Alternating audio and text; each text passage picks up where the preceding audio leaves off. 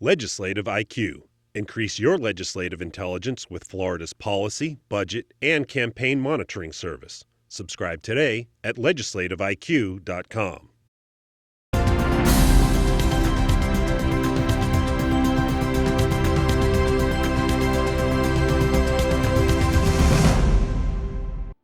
The Florida Supreme Court drew a line in the sand, ruling in the case of Mark Mosley that inmates sentenced after the Ring v. Arizona case in 2002 are entitled at the very least to a new sentencing hearing.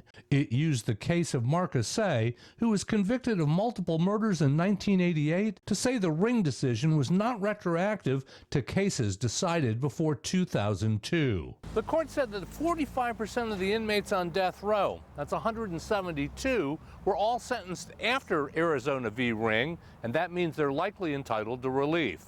Prior to the court's ruling, the Department of Corrections had been making plans to begin emptying death row if necessary. If we have to integrate them back into the general population, we're going to have to be very careful how we do it. The state remains without a valid sentencing scheme after last year's non-unanimous jury law was thrown out.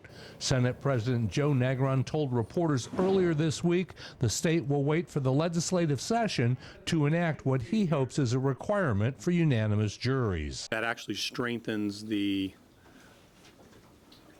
efficacy of a jury verdict on appeal for it to be a unanimous verdict. The court's decisions are almost certain to be appealed on the grounds that it's not fair to execute one person and not another for the same crime based solely on what year the murders were committed.